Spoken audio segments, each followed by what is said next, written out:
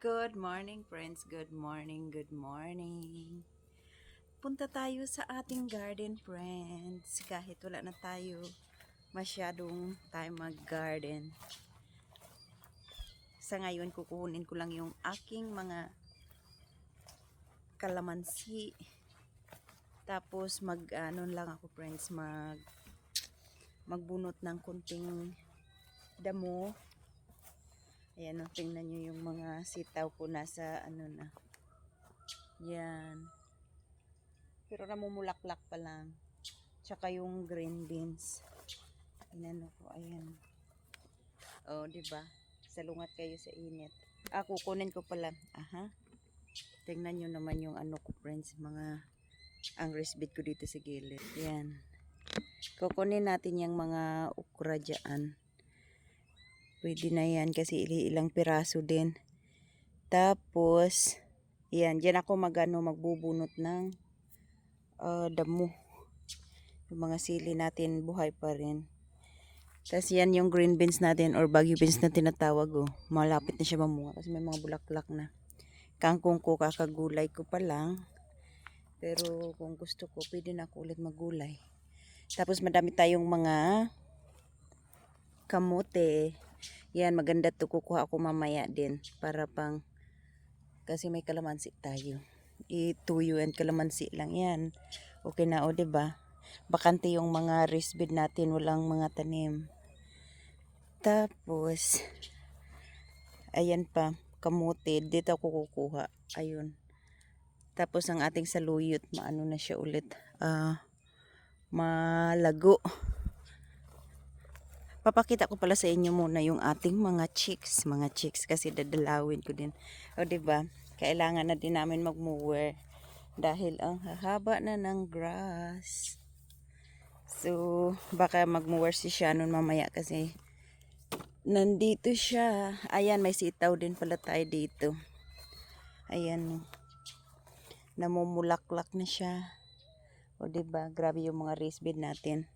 Ang aking bagong tanim na lemongrass or tanglad. Kasi yon ayaw ko. Ibang klase siyang tanglad ba? Hindi siya masyadong mabango. Ito siya, nabili ko to sa Asian store. Yung tangkay na lang. So, binabad ko muna sa tubig. Tapos, yan na siya. Dalawang tangkay yung nag-ugat. Ang ating papaya. Mukhang maganda ang kanyang tubo. May isa pa. Yan, dalawa. Dalawa tong tinanim natin na papaya. Maganda rin to. Pero wala pa tayong bunga. Ang ating isang kamuting kahoy na parang kahoy na talaga kasi ang tangkad niya, friends. Ito naman ang isa payatot. So this year, sayang wala tayong friends, harvest ng mga mangga. Ito yung year na wala tayong mga mangga, mga malunggay natin dito parang nasa na rin.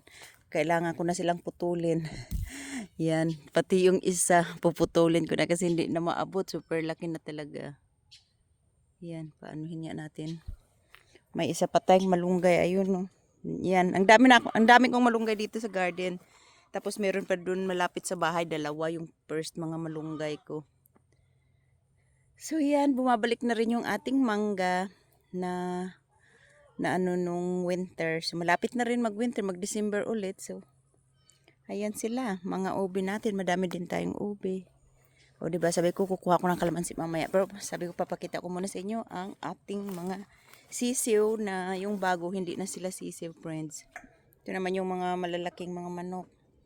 Kala nila may dala akong pagkain, yun. Okay, punta tayo sa sisiw. Hindi pa namin talaga sila, o diba, wala na sila dito sa bahay nila. Kasi si Shano naglagay ng extension. Ayan, pag umaga, pag na, yung parang sa malalaking manok, na pag maliwanag na magkukusang mag-open to, pumunta sila dito kasi may ginawang parang kulungan din si Shannon. Pero hindi pa talaga super labas. Ayan sila, oh. Yan, hindi na sila mga sisiw, malalaki na. Yung kumbaga, teenager na. Yan, naggawa siya diyan ng parang bakod si Shannon. Para hindi muna sila makalabas. So, may space sila. Ayan, malaki-laki rin. So, marunong na rin sila pumasok dito pag gabi na sa bahay nila kasi pag madilim na magsasara na ulit yung automatic door na yan. Ito ba? Yan, battery lang yan siya, friends. Pag maliwanag na, mag-open siya ng kusa. Ito, tataas. Tapos mamaya, pag madilim na, magsasara na lang ulit. Pero bago yan, yung mga manok, ano na yan, papasok na dito. O, diba? Yung kalabasa ko dun sa labas na hindi inaalagaan, wala pa ring bunga kung saan na napunta. See? Parang walang magaganap na harvest. Ang problema mo? Ang ating, parang tour pala tong video natin ngayon. Ang ating tamarind. Tapos ito yung ating lychee or lychee. Ayan no. Kala mo dinosaur yung tawag yun. Tumakbo na. Butiki. Another lychee. O diba tour na lang pala tong video natin. Hindi ito mag-harvest ng kung anong gulay. Ito yung lunggan. Hindi rin nagbunga dahil nung winter may matindi silang pinsala. Yan. Ang mulberry okay lang yan.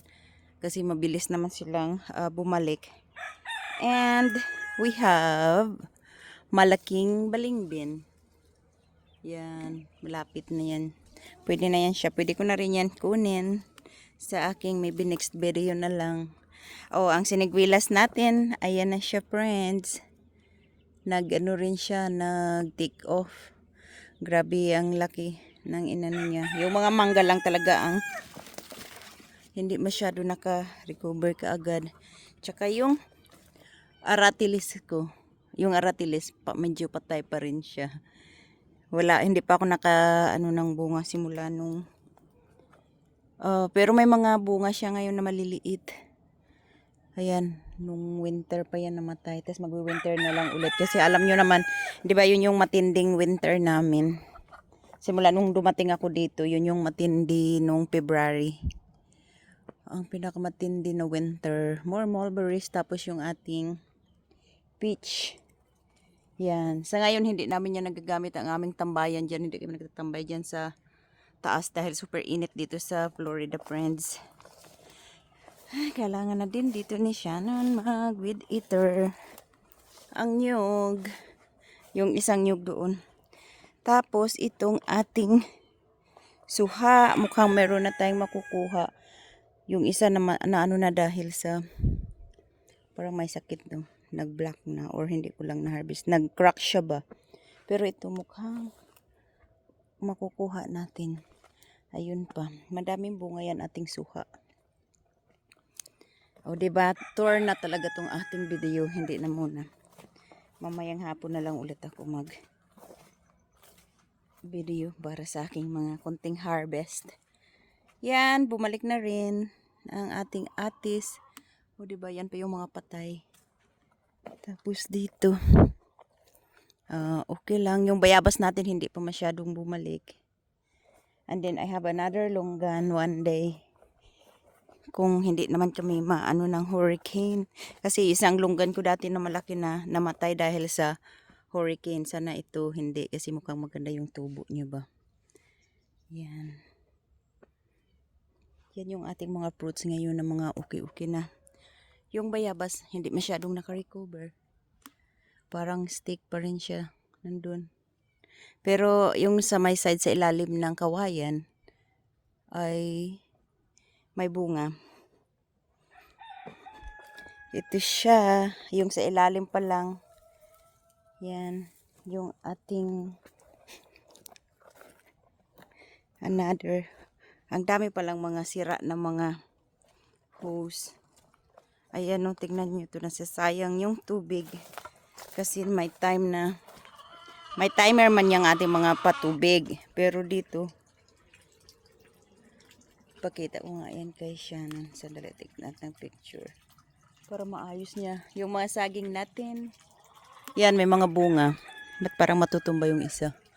Ayan, madami tayong puso. Isa, dalawa, ayan o. Dalawa, tondo pa sa likod, tatlo. Parang meron pa dito. Ayun. May saging. So, meron tayong 4 na puso. Sa ngayon. Ay, kailangan talaga ng... Galing kasi kami din ni Shannon kaya busy. Pumunta kasi kami ng Virginia. Yan. So, yeah, ito yung ating mga fruit trees, friends. Yung, ayan, oh. Hindi pa masyadong nakarecover din ang mangga na to. Ang ating avocado. So, I guess that's it for our video today, friends. Hindi masyadong maganda pagka ano natin pa. Yan.